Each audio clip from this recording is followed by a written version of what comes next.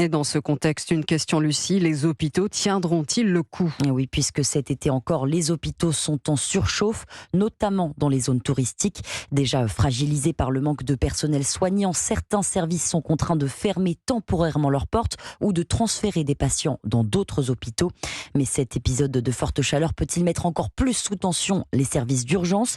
On écoute Christophe Prudhomme, il est porte-parole de l'Association des médecins urgentistes de France. C'est-à-dire que les périodes de forte chaleur, comme les périodes de grand froid, comme les épidémies de grippe, entraînent une augmentation qui n'a rien d'exceptionnel, selon les services d'urgence qui varient entre 5 et 20%.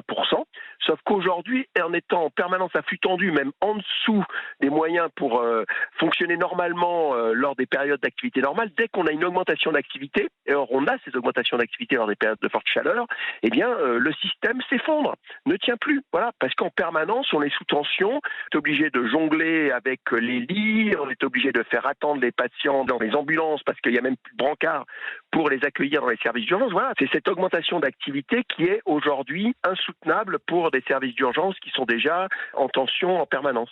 Christophe Prudhomme, porte-parole de l'Association des médecins urgentistes de France, au micro de Maxime Gonzolo pour Europe 1. La canicule et les hôpitaux, on en parle avec le médecin Patrick Pelou. Il sera l'invité d'Europe 1. Ce sera juste après votre journal de 8h.